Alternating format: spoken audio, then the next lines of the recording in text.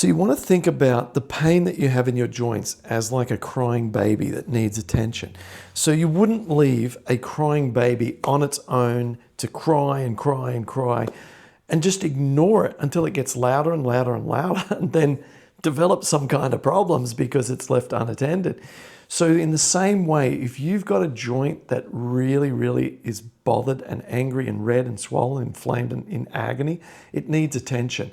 It needs attention via the way that you're eating, okay? So you want to eat for your microbiome so that the microbiome improves so that you have less symptoms in that joint. That's number one.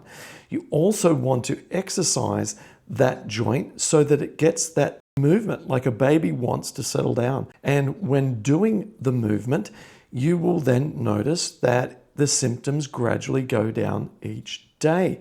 And then the third thing that the joint needs is not to have it further aggravated through negative mood states. When we have negative mood states, we are sending signals to our microbiome of less production of short-chain fatty acids. And so we want to stay in an upbeat mood state by doing things not just that make us feel happier, but that improve our symptoms.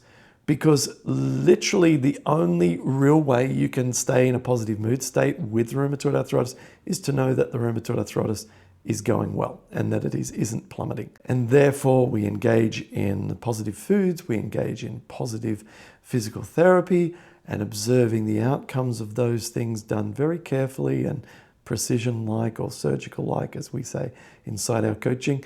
That's when you notice the results, and that's when you start to feel happy.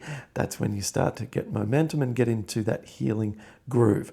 And doing all those things together is how to provide that joint with that tender loving care from all three angles so that it can improve. Let me give an example. Here is Natasha.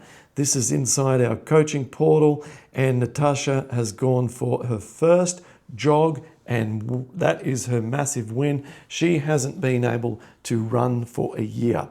Her ankles were bothering her too much. She wasn't able to load them enough because of the impact of the running. And so, as she says here in her update today, she's built strength around the ankles using the pathway that we teach, and therefore been able to handle then more impact through the ankle because the soft tissue, the tendons, and also the development of strength in the muscles, they support the joints. And therefore, she can go for the run now without having any consequences the next day. And so putting all this together enables you to do the things that you love.